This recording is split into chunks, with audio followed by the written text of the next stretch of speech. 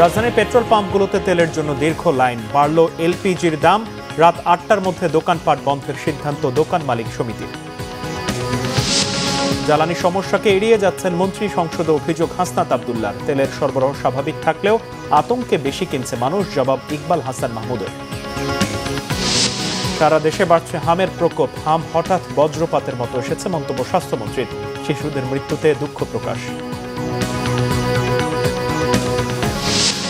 হিন্দু সম্প্রদায়ের দাবি বাস্তবায়নে আন্তরিক সরকার, জানালেন প্রধানমন্ত্রী। ভূমিকম্প পরবর্তী দুর্যোগ মোকাবিলায় তৈরি হচ্ছে 1,45,000 স্বেচ্ছাসেবক।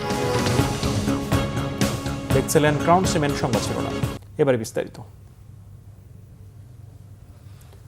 তেলের জন্য আজও দীর্ঘ লাইন রাজধানীর পেট্রোল পাম্পগুলোতে।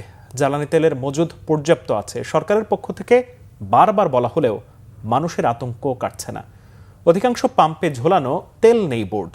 কিছু পাম্পে তেল দেয়া হলেও তা খুবই সীমিত পরিমাণে হওয়ায় হতাশা প্রকাশ করেছেন গ্রাহকরা। আরও জানাচ্ছেন সৈকত সাদিক। রাজধানীর আসাদ গেটের বিপরীত পাশের এলাকা। বেলা আনুমানিক 1:30। পেট্রোল পাম্পে তেল বিক্রি তখনও শুরু হয়নি। ভর দুপুরে প্রচণ্ড রোদের মধ্যে মোটরসাইকেল ও প্রাইভেট কারের দীর্ঘ লাইন। সকাল 5টা বাজতে 15 মিনিট বাকি আছে, তখন আমি সিরিয়াল দিছি। সিরিয়াল দেয় এই পর্যন্ত আসলাম। যে সমস্ত ফুটফুটে সুন্দর নেতাকর্মীরা বলে তেলের অভাব নাই, তাদেরকে এক বালতি রোদের শুভেচ্ছা। শুনি মজুদ আছে, কিন্তু পাম্পে অনেকগুলো, ঢাকা শহরে ম্যাক্সিমাম 50%-এর উপরে পাম্প বন্ধ। তেলের দাম যেহেতু বাড়াচ্ছে না, হয়তো আগামী 1 মাসেও বাড়াবে না, তাহলে তো মজুদ করে তো আসলে কোনো লাভ নাই। কিন্তু লাইন কমতেছে না কেন, এইটাই আসলে রহস্যটা আমরা বুঝতেছি না। পাম্পে তেল দেয়া শুরু হলে মোটরসাইকেলে 500 টাকা এবং প্রাইভেট কার ও মাইক্রোতে 1,500 থেকে 2,000 টাকার জ্বালানি তেল দেয়া হয়। কাঙ্ক্ষিত পরিমাণ তেল না পেয়ে ক্ষোভ প্রকাশ করেন গ্রাহকরা। নাস্তা না করে এখন এই গাড়ি ধাক্কাইতে পর্যন্ত আসছে, আমি পাইছি মাত্র 1500 টাকার। সোনার বাংলা সিরিয়াল পাই না, ওই তেল নাই, তেল শেষ। হিয়ার পরে আইলাম, এটা সিরিয়াল দিলাম, এই তখন 2টার সময় ঢুকলাম হবে। অবশ্য যা পাওয়া গেছে তাতেও খুশি অনেকে, বিশেষ করে ভাড়ায় মোটরসাইকেল চালান এমন ব্যক্তিরা। পাশাপাশি জানিয়ে রাখলেন তেলের জন্য এমন অপেক্ষায় রুটির রোজগার ব্যাহত হচ্ছে তাদের। আগে যেমন 1,000-1,500 টাকা ইনকাম করতাম, এখন 1,000 টাকা ভাড়া মারা ছোটা পাওয়া গেছে আমাদের জন্য। চাকরির মাঝে তো আসলে এভাবে নেওয়া তো সম্ভব না। আর এমন একটা সময় জব শেষ হয়, সেই সময় এসে লাইনে দাঁড়ালে দেখো তেল থাকতেছে না। পর্যাপ্ত পরিমাণ তেল রয়েছে, সরকার থেকে এমন ঘোষণা দেয়া হলেও ডিপো থেকে তেল প্রাপ্তির উপর ভিত্তি করে পাম্পে বিক্রি চলে। এখনো এই মুহূর্তে মনে হয় 25-30% সেল ডাউন আপ আছে আমার। অন্যান্য সময় থেকে 30% সেল এখন বেশি হচ্ছে।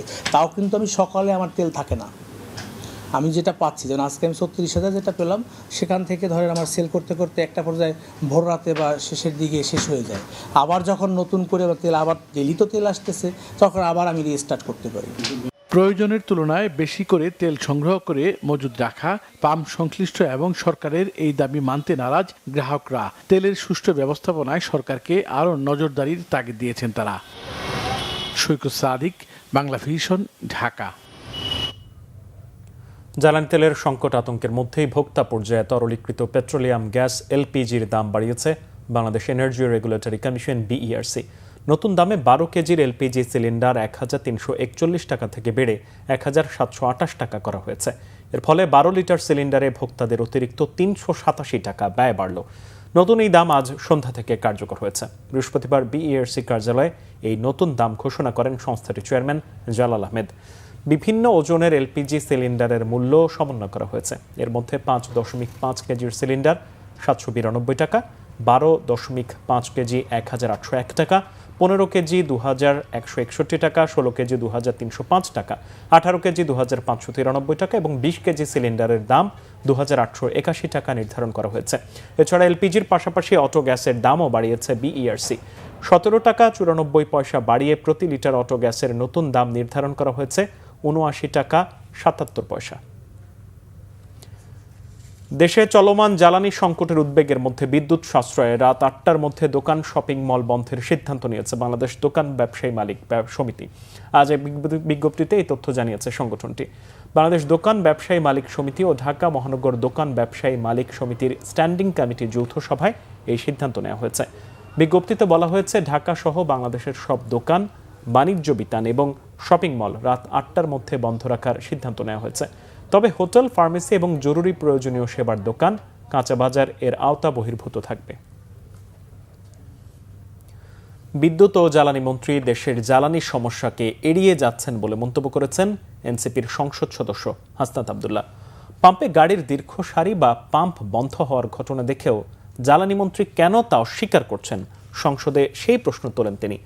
জবাবে জ্বালানি মন্ত্রী ইকবাল হাসান মাহমুদ জানান, প্রতিদিন আগের মতোই তেল সরবরাহ দেওয়া হচ্ছে। আতঙ্কিত ভোক্তারা বেশি পরিমাণে কেনায় বরাদ্দকৃত তেল 2 ঘন্টাতেই শেষ হয়ে যাচ্ছে, এমন মন্তব্য তার। মন্ত্রীদের মধ্যে এক ধরনের প্রবণতা দেখা যাচ্ছে যে তারা প্রবলেম অ্যাভয়েড করছে। আমার মন্ত্রী মহোদয়ের কাছে প্রশ্ন, উনি কি দেখতে পাচ্ছেন না যে গাড়ির দীর্ঘ সারি এবং গ্র্যাজুয়ালি যে পাম্পগুলো বন্ধ হয়ে যাচ্ছে, সেবা কার্যক্রম বিঘ্নিত হচ্ছে, স্কুল বন্ধ হয়ে যাচ্ছে, সেই জায়গাতে উনি কবে নাগাদ এই সমস্যাগুলোর যথাযথভাবে উনি সমাধান দিবে এবং উনি প্রবলেমটি অ্যাকনোলেজ করবেন কিনা? আমরা প্রতিটি পাম্পে যে পরিমাণ তেল প্রতিদিন দেওয়ার কথা সেই পরিমাণ তেল আমাদের পাম্পগুলোতে সাপ্লাই করা হচ্ছে, কিন্তু ইরান ঘটনার পর থেকে হঠাৎ করে বিক্রি বেড়ে গেছে। বিক্রি বাড়া যাওয়ার ফলে যে পেট্রোল পাম্পে যে পরিমাণে তেল দিতাম 1 দিন 1.5 দিন লাগতো বিক্রি করতে, এখন 2 ঘন্টায় শেষ হয়ে যায়। তারপরেও আমরা বাংলাদেশে এইটাকে সুষ্ঠুভাবে চালিয়ে নেওয়ার চেষ্টা করছি, কিন্তু মানুষের মধ্যে যদি প্যানিক বাইং সৃষ্টি হয় সেটা রোধ করা একটু কঠিন। আমরা মানুষের কাছে অ্যাপিল করছি যে আপনারা যা প্রয়োজন তাই ক্রয় করেন, তার বেশি ক্রয় করেন না। জ্বালানি মন্ত্রণালয়ের মুখপাত্র মনির হোসেন চৌধুরী জানিয়েছেন, দেশে জ্বালানির কোনো সংকট নেই, তবে বৈশ্বিক সংকট মোকাবিলায় সবাইকে মিতব্যয়ী হতে হবে। সচিবালয়ের সংবাদ সম্মেলনে মনির হোসেন চৌধুরী জানান, মধ্যপ্রাচ্যে যুদ্ধ শুরুর পর জ্বালানি তেলের অবৈধ মজুতদারদের বিরুদ্ধে মোবাইল কোর্ট এবং আইনি ব্যবস্থা নেওয়া হয়েছে। এ পর্যন্ত মামলা হয়েছে 2009টি, জরিমানা করা হয়েছে 1,01,04,35 টাকা। জ্বালানি তেল উদ্ধার হয়েছে 3,72,388 লিটার। তিনি জানান, অবৈধ মজুতদারদের বিরুদ্ধে কঠোর ব্যবস্থা অব্যাহত থাকবে। লোডশেডিং কমাতে জ্বালানি মন্ত্রণালয় বিদ্যুৎ কেন্দ্রগুলোর চাহিদা অনুসারে গ্যাস সরবরাহ করবে বলেও জানান মুখপাত্র মনির হোসেন চৌধুরী। জ্বালানি তেল সংকটে উত্তরাঞ্চলের 150 ফিলিং স্টেশন, মোটরসাইকেল সহ বিভিন্ন ধরনের যানবাহনের লম্বা লাইন লেগেই আছে পাম্পগুলোতে। তেল ডিপোতে পর্যাপ্ত তেলের মজুদ থাকলেও এক শ্রেণীর অসাধু ভোক্তার কারণে এমন পরিস্থিতি তৈরি হয়েছে, অভিযোগ পাম্প মালিকদের। আর রেশনিং পদ্ধতিতে তেল সরবরাহ করায় অনেক পাম্প বন্ধ। রংপুর থেকে জুয়েল আহমদের রিপোর্ট, ক্যামেরায় শাহনেওয়াজ জনি। গাড়ির বৈধ কাগজ নিয়ে এসে তেল নিয়ে যাবেন। মাইকিং করে শৃঙ্খলা রক্ষার চেষ্টা ফিলিং স্টেশনগুলোর, নিরাপত্তায় আইন শৃঙ্খলা বাহিনী। দেশের উত্তরাঞ্চলে জ্বালানি তেলের সংকট ভোগান্তিতে ফেলেছে সাধারণ মানুষকে। ডিপোতে পর্যাপ্ত মজুদ থাকা সত্ত্বেও এক শ্রেণীর ভোক্তার অতিরিক্ত মজুদ ও অসাধু তৎপরতায় বাজারে অস্থিরতা। মুঠোফোনে জানালেন এক ডিপো কর্মকর্তা। ডিপোতে তো আমাদের কোনো সমস্যা দেখি না। দেখি না বলতে, তেল তো আমাদের মোটামুটি যেটা মজুদ থাকা দরকার বরঞ্চ তার থেকে অনেক বেশি মজুদ আছে। তো তেলটা কোথায় যাচ্ছে, পাবলিক নিয়ে যায় কি করতেছে, এটা আসলে একটা খুব রহস্যজনক ব্যাপার। ডিজেলের তো সে পর্যাপ্ত মজুদ, এটার এত মজুদ এই ডিপোর ইতিহাসে কখনো হয়নি। মোটরসাইকেল চালকরা দীর্ঘ সময় লাইনে দাঁড়িয়ে থেকেও কাঙ্ক্ষিত তেল পাচ্ছেন না। পাম্প মালিকরা জানান, যেখানে প্রতিদিন 1000 লিটার পেট্রোল ও অকটেন বিক্রি হতো, সেখানে এখন 4000 লিটার দিয়েও চাহিদা পূরণ হচ্ছে না। আমরা এর আগে পেট্রোল সারাদিনে বিক্রি করছি 900 লিটার, এখন প্রতিদিন তেল বিক্রি হচ্ছে, আমাদেরকে তেল দিচ্ছে 4000 লিটার, 4000 লিটারেই বিক্রি হয়ে যাচ্ছে। আসলে আমার কাছে যেটা মনে হয়, এটা অনেকটা আমরা কৃত্রিম সংকটও তৈরি করতেছি। সরকার বারবারই বলতেছে যে তেলের কোনো নেই, সংকট নেই, সেখানে তেল মালিকরা অহেতুক এইভাবে ভাড়া তেল করতেছে। পেট্রোল মালিকরা এটা আসলে আমাদের জন্য আসলে খুব ক্ষতি করে। তেল কিনে ট্যাঙ্কি থেকে তেল ঢেলে রেখে আবার তেল কিনতেছে, আর আমরা কেউ তেল পাচ্ছি না। যার 100 টাকার তেল তাও 500 টাকা 1000 টাকার তেল নিচ্ছে। তা আমার মনে হয় ড্রাইভিং লাইসেন্স, হেলমেট, গাড়ির কাগজপাতি দেখলে সিস্টেমলি অটোই ঠিক হয়ে যাবে। কেন তো আপনার সরকার বলছে তেলের কোনো সংকট নাই, কিন্তু এখানে যখন আমরা পাম্পের সিরিয়ালে দাঁড়ায় তেল নিচ্ছি, তখন দেখতেছি যে আপনার 150, 200, 300 টাকার বেশি তেল পাচ্ছি না। প্রশাসনের নির্দেশনা থাকলেও তা বাস্তবায়নে ঘাটতি রয়েছে। এ নিয়ে কথা বলতে অনীহা জেলা প্রশাসকের। সংকট নিরসনে সব পাম্পে সমন্বিতভাবে তেল বিক্রির দাবি ভুক্তভোগীদের। জুয়েল আহমেদ, বাংলা ভিশন, রংপুর। এদিকে টানা 14 ঘন্টা পর সিলেট বিভাগে ডাকা অনির্দিষ্টকালে ধর্মঘট প্রত্যাহার করেছেন পেট্রোল পাম্প ও সিএনজি স্টেশন মালিকরা। এর আগে বুধবার মধ্যরাত থেকে পুরো বিভাগে সব ধরনের জ্বালানি তেল ও গ্যাস বিক্রি বন্ধ ছিল। দুপুরে জেলা প্রশাসক কার্যালয়ে জরুরি বৈঠকে বসে প্রশাসন ও মালিকপক্ষ। সেখানে হয়রানি বন্ধের আশ্বাসে ধর্মঘট তুলে নেয়ার ঘোষণা দেন নেতারা। পাম্পগুলোতে আবারও তেল ও গ্যাস বিক্রি শুরু হওয়ায় স্বস্তি ফিরেছে জনজীবনে। বৈঠকে পেট্রোল পাম্প মালিকদের পাশাপাশি উপস্থিত ছিলেন সিলেটের জেলা প্রশাসক মোহাম্মদ সারওয়ার আলম, সিলেট সিটি কর্পোরেশনের প্রশাসক আব্দুল কাইয়ুম চৌধুরী সহ প্রশাসনের ঊর্ধ্বতন কর্মকর্তারা। এর আগে বুধবার রাত 12টা থেকে হঠাৎ করেই বন্ধ হয়ে যায় পুরো বিভাগের জ্বালানি সরবরাহ ব্যবস্থা। পেট্রোল পাম্প মালিকদের অভিযোগ, দীর্ঘদিন ধরে প্রশাসনের পক্ষ থেকে জরিমানার আড়ালে চাঁদাবাজির শিকার হচ্ছেন তারা।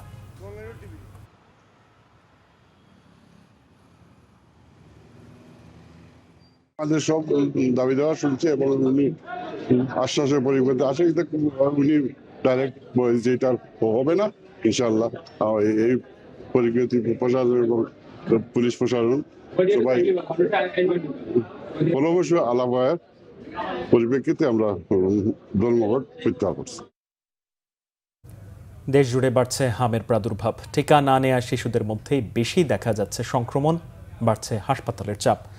এদিকে হামে আক্রান্ত হয়ে শিশু মৃত্যুতে মর্মাহত বলে দুঃখ প্রকাশ করেছেন স্বাস্থ্যমন্ত্রী সরদার মোহাম্মদ সাখাওয়াত হোসেন। পরিস্থিতি নিয়ন্ত্রণে টিকাদান জোরদারের কথাও বলেন তিনি। মিসবাহ রহমানের রিপোর্ট। জ্বর ঠান্ডা নিয়ে কিশোরগঞ্জ থেকে ঢাকার শিশু হাসপাতালে এসেছে 9 মাসের ছোট্ট শিশু আনাস। বাচ্চাকে নিয়ে হাসপাতালের দুয়ারে দুয়ারে ঘুরেও ভর্তি বেড না পেয়ে হতাশায় আনাসের পরিবার। ওর হচ্ছে হাম, নিউমোনিয়া এবং সর্দি কাশি, শ্বাস নিতে কষ্ট হচ্ছে। তো মানে সিট যদি না পায় এখানে তাহলে একটু ভোগান্তিতে পড়তে হচ্ছে আর কি আমাদের, কারণ গতকাল থেকে এখানেই আছি। রাজধানীর শিশু হাসপাতালে ভর্তি অধিকাংশ রোগীর বয়সসীমা 9 মাসের নিচে। অনেকে বয়সসীমা পার করলেও নানা অজুহাতে মেলেনি টিকা। এতে হাম আক্রান্ত হচ্ছে শিশুরা, শঙ্কিত পরিবার। চলতি বছর শিশু হাসপাতালে হামে আক্রান্ত হয়ে ভর্তি হয়েছে 138 জন। বর্তমানে ভর্তি আছে 36 শিশু। সঠিক সময়ে টিকার অভাবেই হঠাৎ হামের এই প্রাদুর্ভাব শুরু হয়েছে বলে বলছেন বিশেষজ্ঞরা। 24 সালের পর্যন্ত মিজেলসের যে ভ্যাকসিনেশন এটা ছিল প্রায় 90% উপরে, কিন্তু 24-এর পরে 25 সালে এই ভ্যাকসিনেশন কমিয়ে 57% চলে আসে। আমরা জানি যে কোনো ভ্যাকসিনেশন প্রোগ্রাম সফল করতে হলে মিনিমাম 70% বাচ্চাদেরকে এই ভ্যাকসিনেশন আওতায় আনতে হবে মিনিমাম।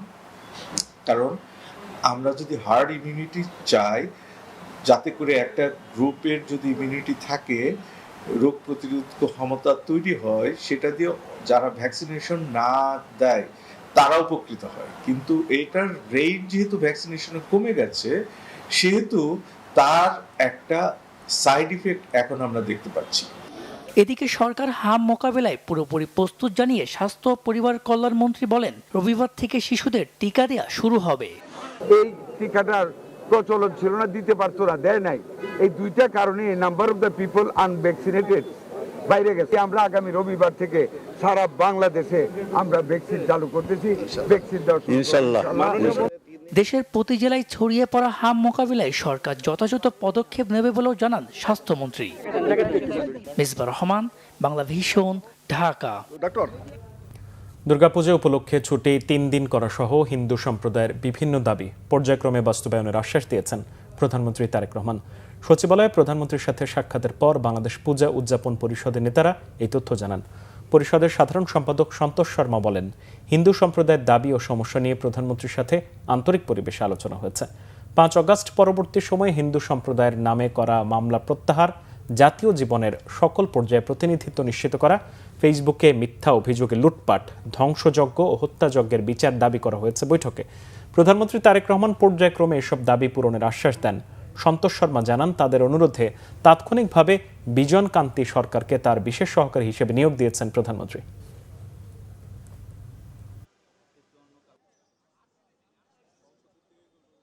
আমাদের লোকজনের জাতীয় জীবনের সকল ক্ষেত্রে আনুপাতিক হারে প্রতিনিধিত্ব এনশিওর করা, তারপর ফেসবুকে নানান রকম মিথ্যা প্রচারণার অভিযোগে যে সমস্ত হত্যাকাণ্ড, যে সমস্ত লুটপাট এবং ধ্বংসযজ্ঞ হয়েছে সেগুলোর বিচার চেয়েছি আমরা।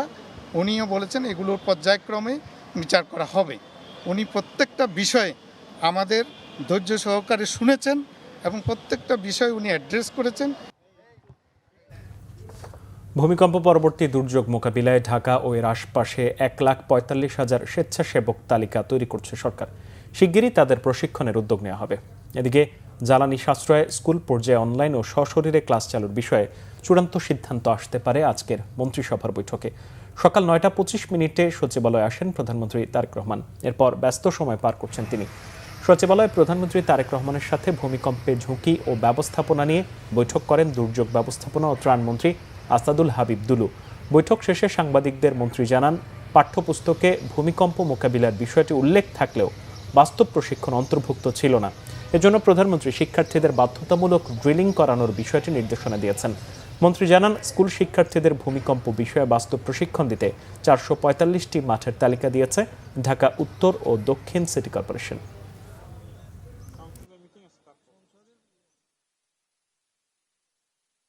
বিভিন্ন সংস্থা, বিশেষ করে রেড ক্রিসেন্ট, ফায়ার সার্ভিস এবং আনসার ভিডিপি মিলে আমরা 1,45,000 একটা খসড়া তালিকা ওনাদের কাছ থেকে পেয়েছি। সেটাকে আমরা এখন যাচাই করে আমরা এটাকে ট্রেনিংয়ের মধ্যে নিয়ে আসব। আর আমাদের এই ঢাকার দক্ষিণ এবং উত্তর মিলে প্রায় 445টি আশ্রয়স্থল চিহ্নিত করা হয়েছে। সেগুলোকে জনগণকে সচেতন করব যাতে করে এই ধরনের যখন ভূমিকম্প হবে তারা দ্রুত সময়ের জন্য সেখানে আশ্রয় নিতে পারে। এই বিষয়গুলো আলোচনা হয়েছে। আর উনি আরও কিছু নির্দেশনা দিয়েছেন আমাদেরকে, সেগুলো নিয়ে আমরা কাজ করছি। আমরা হয়তো আবারও ওনার সঙ্গে এই ব্যাপারে মিলিত হব। জাতীয় সংসদে তির্যক ও পাল্টাপাল্টি বক্তব্য দিয়েছেন বিরোধী দলীয় নেতা ডাক্তার শফিকুর রহমান এবং স্বরাষ্ট্রমন্ত্রী সালাউদ্দিন আহমদ। জামাতের আমির স্বরাষ্ট্রমন্ত্রীকে সত্যকে মিথ্যা এবং মিথ্যাকে সত্য বানাতে দক্ষ বলে কটাক্ষ করেন।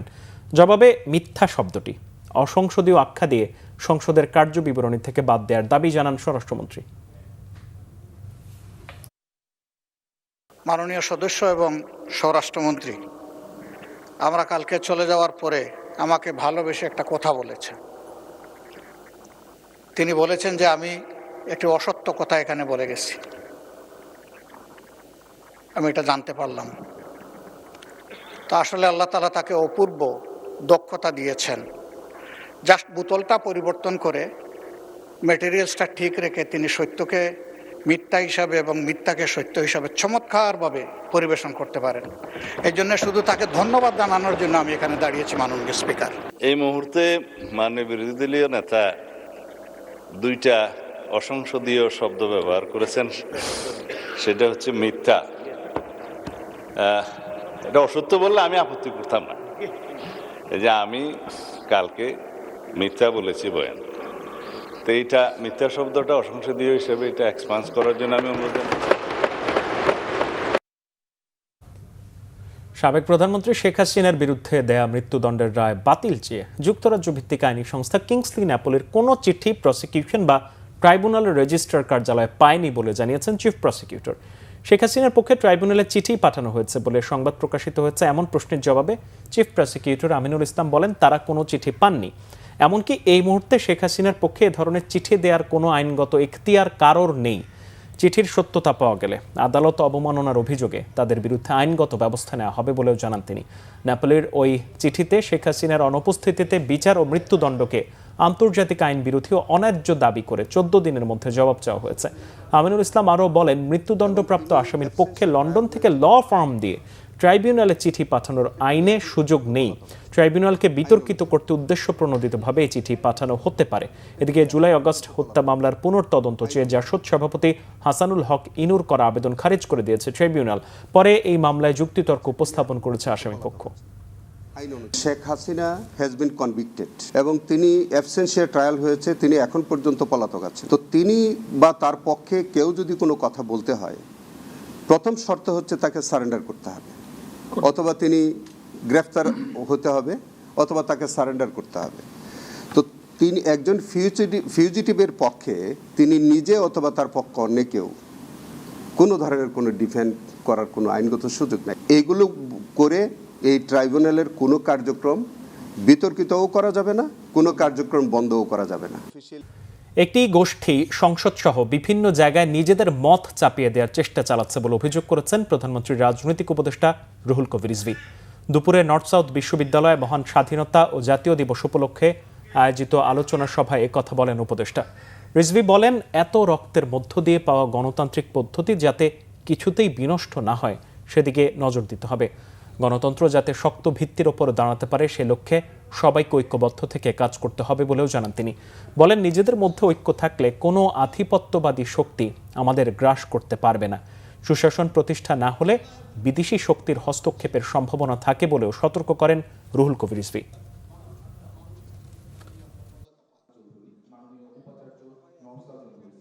আমারটাই ঠিক, আপনারটা ঠিক না,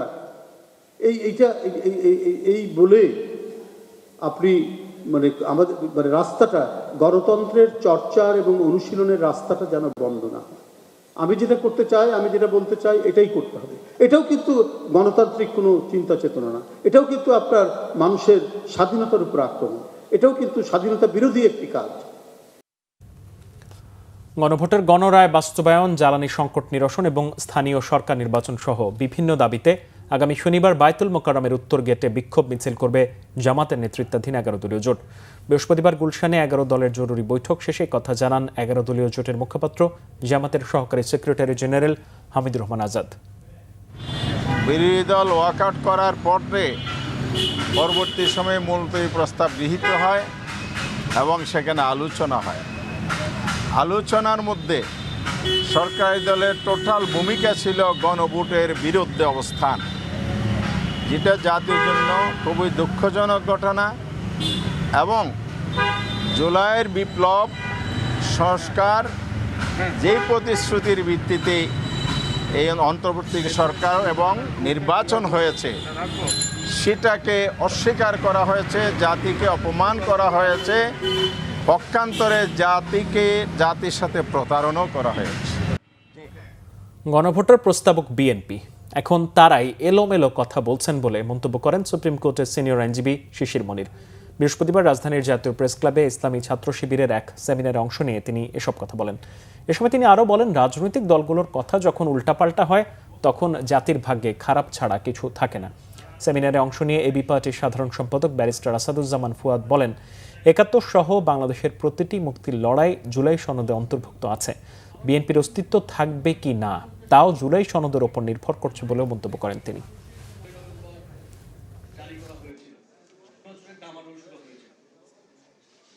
যেই সংবিধানটা ভেরি এসেন্স গাঠনিক প্রসেসের ভিতরে একটা ইনলেজিটিমেট ডকুমেন্ট, সেইটাকে আপনি আমাদের আজকে 56 বছর পরেও থার্ড জেনারেশনের উপরে চাপিয়ে দিচ্ছেন the only basis to legitimize any uprising posthumously. এই গণভোটের প্রস্তাবকারী হলো বিএনপি।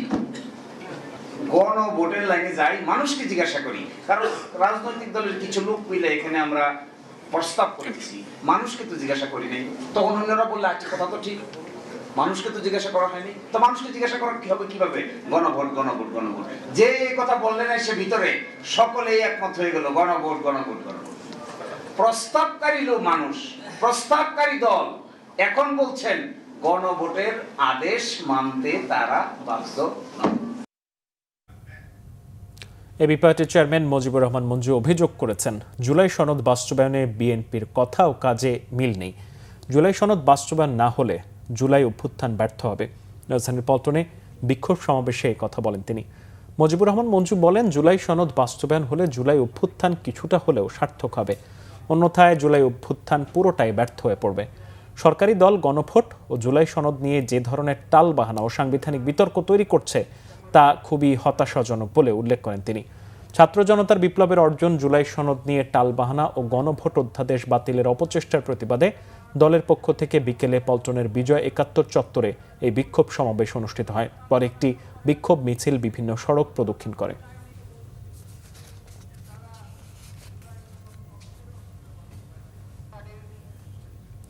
বিএনপি চেয়ারম্যান তারেক রহমানের ঢাকার আসনটি রেখে ছেড়ে দেয়া বগুড়া ৬ সদর আসনে উপনির্বাচন আগামী ৯ এপ্রিল। আসনটিতে চলছে বিএনপি ও জামাতের প্রচারণা। গণসংযোগে ব্যস্ত প্রার্থীরা। যোগ্যতার পাশাপাশি এলাকার উন্নয়নে কাজে আসবেন এমন প্রার্থীকে ভাবছেন ভোটাররা। বগুড়া প্রতিনিধি আব্দুর রহিম বগরার তথ্য ছবিতে বিস্তারিত। দেশের সবচেয়ে বড় আয়তনের একটি পৌরসভা, একটি উপজেলা ও 11টি ইউনিয়ন নিয়ে বগুড়া ৬ সদর সংসদীয় আসন। 12 ফেব্রুয়ারি নির্বাচনে আসনটিতে বিএনপি প্রার্থী দলের চেয়ারম্যান তারেক রহমান জামায়াত প্রার্থী অধ্যক্ষ আবিদুর রহমান সোহেলকে পরাজিত করে 2,18,000 ভোটে জয়ী হন। পরে ঢাকা 17 আসন রেখে এই আসনটি ছেড়ে দেন তিনি। আসন্ন উপনির্বাচনে আসনটিতে বিএনপি থেকে প্রার্থী হয়েছেন দলের জেলা কমিটির সভাপতি, বগুড়া পৌরসভার সাবেক চেয়ারম্যান মোহাম্মদ রেজাউল করিম বাদশা। জামায়াত থেকে আবারও প্রার্থী হয়েছেন আবিদুর রহমান সোহেল, আর বাংলাদেশ ডেভেলপমেন্ট পার্টি থেকে আলামিন। প্রচারণা ও গণসংযোগে কেউই পিছিয়ে নেই তারা। বগুড়া জনগণ 12 ফেব্রুয়ারিতে যেভাবে আমাদের মাননীয় প্রধানমন্ত্রী তারেক রহমানকে বিপুল ভোটে নির্বাচিত করেছিলেন, তারই প্রতিনিধি হিসেবে বগুড়া জনগণ আগামী 9 তারিখ আবারও ধানের শীষে বিপুল পরিমাণ ভোটে নির্বাচিত করবে এবং বগুড়ার মানুষ যে 16 বছর বঞ্চিত ছিল, অবহেলিত ছিল, বগুড়ার মানুষের যে বিভিন্ন সমস্যা ছিল সেগুলো সমাধান করবে। ইনশাআল্লাহ আমরা সবাই মিলে কাজ করব। মাননীয় প্রধানমন্ত্রীর নেতৃত্বে বগুড়া একটি আধুনিক জেলা বগুড়া হবে, বগুড়া একটি সিটি কর্পোরেশন হবে, বগুড়া একটি উন্নত জেলা হবে ইনশাআল্লাহ, এটা আমরা বিশ্বাস করছি। এবারের নির্বাচনে আমি মনে করি জনাব তারেক রহমান সাহেব নাই। আমি ছাত্র জীবন থেকেই বগুড়াবাসীর সাথে আছি। এখানেই আমার জন্ম, এখানেই বেড়ে ওঠা, এখানেই নারী প্রথা, এখানেই ছাত্র আন্দোলন, এখানেই স্বৈরাচার বিরোধী আন্দোলন, প্রতিটি গণতান্ত্রিক আন্দোলনের সামনের কাতারে ছিলাম। জনগণ আমাকে চেনেন। আমি বিশ্বাস করি এবারের নির্বাচনে জনগণ আমাকে বিপুল ভোটে নির্বাচিত করবেন।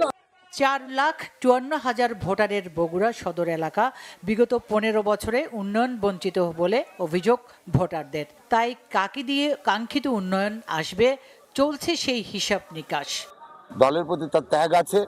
উনি আপামর জনসাধারণকে যেরকম চেনে, বগুড়ার অলিগলি উনি চেনে। ওনার হাত ধরে আমরা বিশ্বাস করি আধুনিক বগুড়া ইনশাল্লাহ আমরা পাবো। ইনশাল্লাহ আমরা বাড়ি বাড়ি যেটা পাচ্ছি সেটা হচ্ছে বিপুল ভোটে আবারও বগুড়ার জনগণ রেজাউল করিম বাদশাকে, ধানের শীষকে বিপুল ভোটে বিজয়ী করবে বলে আমরা আশা করি। এবং আমাদের যে 17 বছরে যে আমরা বঞ্চিত হয়েছি বগুড়াবাসী, আমরাও সেই চাওয়া পাওয়া আমাদের আছে। আমাদের এই উন্নয়নগুলো আমরা পিছনে পড়ে গেছি, আমাদের সেই উন্নয়নগুলো উনি আমাদের পরিপূর্ণ করবে। বগুড়া সদর আসনে বেগম খালেদা জিয়া ছাড়াও বিভিন্ন সময় জিতেছেন ব্যারিস্টার জমির উদ্দিন সরকার, মির্জা ফখরুল ইসলাম আলমগীর ও গোলাম মোহাম্মদ সিরাজ। সেই বিবেচনায় বগুড়া 6কে দেখা হয় ভিভিআইপি আসন হিসেবে। Bangla vision news desk. প্রাক্তন কর্মীদের স্ব প্রতিষ্ঠানে ট্রেড ইউনিয়নের সদস্য হওয়ার অযোগ্যতা সংক্রান্ত অধ্যাদেশটি বাতিলের দাবিতে মানববন্ধন করেছে রাষ্ট্রায়ত্ত সেক্টর কর্পোরেশন ও বেসরকারি প্রতিষ্ঠানের ট্রেড ইউনিয়ন ঐক্য ফোরাম। সকালে জাতীয় প্রেস ক্লাবের সামনে এই মানববন্ধন করেন তারা। এ সময় শ্রমিক দলের নেতারা শ্রমিকের স্বার্থ পরিপন্থী অধ্যাদেশ সমূহ বাতিলের জন্য প্রধানমন্ত্রীর নিকট আবেদন জানান। মানববন্ধনে উপস্থিত ছিলেন জাতীয়তাবাদী কর্মচারী ইউনিয়নের সভাপতি রফিকুল ইসলাম, জাতীয় শ্রমিক দলের সভাপতি আনোয়ার হোসেন সহ ট্রেড ইউনিয়ন ও ফেডারেশন সমূহের নেতৃবৃন্দ। হামের ভাইরাস শিশুদের জন্য অত্যন্ত ঝুঁকিপূর্ণ তবে প্রতিরোধযোগ্য বলেছেন জনস্বাস্থ্য বিশেষজ্ঞ সহ এক সেমিনারের বক্তারা। টিকা ব্যাহত, সচেতনতার অভাব এবং কিছু ক্ষেত্রে ভুল তথ্যের কারণে দেশে হামের পুনরুত্থান ঘটছে বলে মত তাদের। সমাজে হার্ড ইমিউনিটি দুর্বল হয়ে পড়ছে বলেও পর্যবেক্ষণ বিশেষজ্ঞদের। রিপোর্ট আসমা আক্তার নুপুরের। দেশে সাম্প্রতিক সময়ে হামের প্রাদুর্ভাবে জনস্বাস্থ্য নিয়ে নতুন করে উদ্বেগ, উৎকণ্ঠা।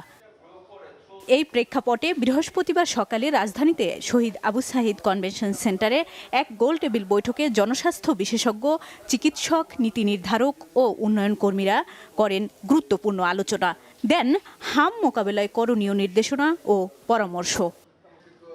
স্থানীয় পর্যায়ে স্বাস্থ্যকর্মীদের সক্ষমতা বাড়ানো এবং রোগ শনাক্তকরণ, রিপোর্টিং ব্যবস্থার উন্নয়নের তাগিদ দেন আলোচকরা। সুপারিশ করেন স্কুল ও কমিউনিটি পর্যায়ে স্বাস্থ্য শিক্ষা কার্যক্রম বাড়ানোর। টিকার হার যেমন আমার মেইনটেইন করতে হবে, তার পাশাপাশি রেগুলার সার্ভেলেন্স প্রয়োজন হবে। কারো হাম হয়ে যাচ্ছে কিনা, হয়ে গেলে সেটা যাতে দ্রুত শনাক্ত করে চিকিৎসার মাধ্যমে সেটা কন্টেইন করে ফেলা যায় এবং অন্যদেরকে যাতে সেই রোগীর কাছ থেকে হাম যাতে না ছড়ায় সেই ব্যাপারে ব্যবস্থা নিতে হবে। একটা ডিপার্টমেন্টে মনে করেন একটা এক্স রে মেশিন আছে, তাহলে সেই এক্স রেটা যদি আমরা করতে যাই, আমরা চুজ করবো এমন একটা টাইম, যে টাইমের পরে অর্থাৎ at the end of the day, শেষের দিকে যদি আমরা করি তারপরে আর কেস কম আসবে। টিকার বিরুদ্ধেও বাংলাদেশে আমাদের সাকলাইন ভাই বলেছে এক ধরনের ক্যাম্পেইন হয়তো সামাজিক যোগাযোগ মাধ্যমে দায়িত্ব জ্ঞান ব্যবহার করা হয়েছে। এর বিপরীতে আমাদেরকে প্রধান গণমাধ্যমগুলিকে টিকা দানের পক্ষে জনমত গড়ে তুলতে হবে। ওই সরকারে এক শ্রেণীর উপদেষ্টা নামধারী লবিস্ট ছিলেন, যারা অন্য কাজে ব্যস্ত ছিলেন, সত্যিকার অর্থে জনগণের যে আশা আকাঙ্ক্ষা অনেক কিছুই তারা করেননি। যে তথ্য জনগণের জানার অধিকার আছে, সেই তথ্যগুলোতে যেন গোপন রাখা হয়, সমন্বয় রাখা হয়, কাজের মধ্যে যেন সমন্বয় থাকে এবং সবাই মিলে আমাদের এই স্বাস্থ্য ব্যবস্থাটাকে যেন প্রকৃত অর্থে সত্যিকারের একটি বাস্তব অবস্থার নিরিখে তুলে ধরা সম্ভব হয়, সেই প্রত্যাশা রেখে আমি আমার বক্তব্য শেষ করছি। নীতি নির্ধারকরা আশ্বাস দেন সরকারের পক্ষ থেকে হাম নিয়ন্ত্রণে প্রয়োজনীয় সব পদক্ষেপ নেয়ার, বেসরকারি সংস্থা ও আন্তর্জাতিক উন্নয়ন সহযোগীদের সমন্বয় জোরদারের কথাও তুলে ধরা হয়। এই কমপ্লিকেশন আরো না বাড়ে এবং আমরা যাতে কোনো প্রাণ আর হারাতে না হয়, এবং এই ক্ষেত্রে আরো যে কাজটি করতে হবে যে এর পরবর্তী কেন আগে এই কিছু ভ্যাকসিন নিয়ে কমে গেছে বা কেন পাওয়া যায়নি ভ্যাকসিন, সেটাকে অ্যাড্রেস করে কারণটা দেখে সেটার ব্যাপারে ব্যবস্থা নেওয়া। আমরা এখানে শুধুমাত্র হামকে নিয়ে আলোচনা করছি, কিন্তু এটা আলোচনা এসছে, কিন্তু সে হামের টিকা শর্টেজ হয়েছে আজকে ঠিকই, একই সাথে অন্যান্য কন্টাজিয়াস ডিজিজ যেগুলো আছে সেগুলোর যে টিকাগুলো সেগুলোর শর্টেজও কিন্তু আছে এবং একই ধরনের পরিস্থিতির সম্মুখীন হয়তো নিয়ার ফিউচার আমাদেরকে হতে হতে। জনস্বাস্থ্য বিশেষজ্ঞরা জোর দেন হাম প্রতিরোধে সময়মতো টিকা নিশ্চিতের, পরামর্শ দেন ঝুঁকিপূর্ণ এলাকাগুলোতে বিশেষ ক্যাম্পেইন ও সচেতনতা বাড়ানোর। প্রত্যেকটা ডিস্ট্রিক্ট হাসপাতাল থানা লেভেলে আলাদাভাবে এটার জন্য ব্যবস্থা করা উচিত বলে আমি মনে করি, কারণ না হলে এটা আরো স্প্রেড অনেকগুলি বেড়ে যাবে।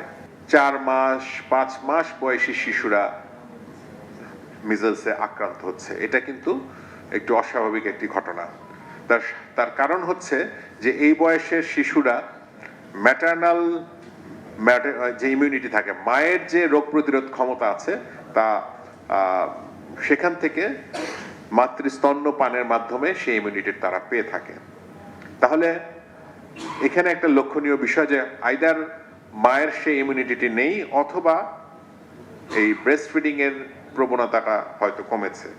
সম্মিলিত প্রচেষ্টা ছাড়া হামের মতো প্রতিরোধযোগ্য রোগ নির্মূল অসম্ভব বলে অভিমত বক্তাদের। আসমা আক্তার নূপুর, বাংলা ভিশন, ঢাকা।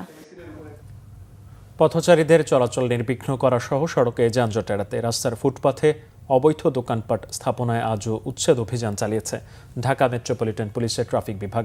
বৃহস্পতিবার সকাল 10টা থেকে সড়কের দুই পাশে উচ্ছেদ অভিযানটি শুরু হয়। অভিযানে ফুটপাথ রাস্তা দখল করে থাকা ছোট ছোট দোকান উচ্ছেদ করা হয়, পরে পুলিশের ভ্যানে করে মালামাল নিয়ে যাওয়া হয়। এছাড়া সড়কের পাশে অবৈধভাবে পার্কিং করে রাখা বেশ কয়েকটি প্রাইভেট কার ও মোটরসাইকেলের বিরুদ্ধে মামলাও দেওয়া হয়। দোকানের সামনের ফুটপাথে বিভিন্ন জিনিসপত্র রাখায় কয়েকজন দোকানিকে জরিমানা করা হয়। আজকের উচ্ছেদ অভিযান ফুলবাড়িয়া, বকশীবাজার, চাঙ্কারপুল ও নারিন্দায় পরিচালনা করা হয়। গেল 23 মার্চ থেকে গণবিজ্ঞপ্তি দেওয়া হয়েছিল। গণবিজ্ঞপ্তি পেয়ে অনেকে ফুটপাথ থেকে সরে গেছেন, এরপরও যারা রয়ে গেছেন তাদের সতর্ক করা হয়েছে। সংবাদ শেষ করব ক্রাউন সিমেন্ট শিরোনামগুলো আরও একবার জানিয়ে। রাজধানীর পেট্রোল পাম্পগুলোতে তেলের জন্য দীর্ঘ লাইন, বাড়ল এলপিজির দাম। রাত 8টার মধ্যে দোকানপাট বন্ধের সিদ্ধান্ত দোকান মালিক সমিতির। জ্বালানি সমস্যাকে এড়িয়ে যাচ্ছেন মন্ত্রী, সংসদে অভিযোগ হাসনাত আব্দুল্লাহর। তেলের সরবরাহ স্বাভাবিক থাকলেও আতঙ্কে বেশি কিনছে মানুষ, জবাব ইকবাল হাসান মাহমুদের। সারা দেশে বাড়ছে হামের প্রকোপ, হাম হঠাৎ বজ্রপাতের মতো এসেছে, মন্তব্য স্বাস্থ্যমন্ত্রীর। শিশুদের মৃত্যুতে দুঃখ প্রকাশ। হিন্দু সম্প্রদায়ের দাবি বাস্তবায়নে আন্তরিক সরকার, জানালেন প্রধানমন্ত্রী। ভূমিকম্প পরবর্তী দুর্যোগ মোকাবিলায় তৈরি হচ্ছে 1,45,000 স্বেচ্ছাসেবক। এই ছিল এখনকার মতো, পরের সংবাদ রাত 10:30টায়। এর আগে 9টায় রয়েছে নিউজ 20 দেখার আমন্ত্রণ রইল। এছাড়া বাংলাদেশের সংবাদ ও সংবাদ সংশ্লিষ্ট অনুষ্ঠান দেখতে ভিজিট করুন www.bnews24.com ও facebook.com/bangladeshinnews এবং সাবস্ক্রাইব করুন youtube.com/bangladeshinnews।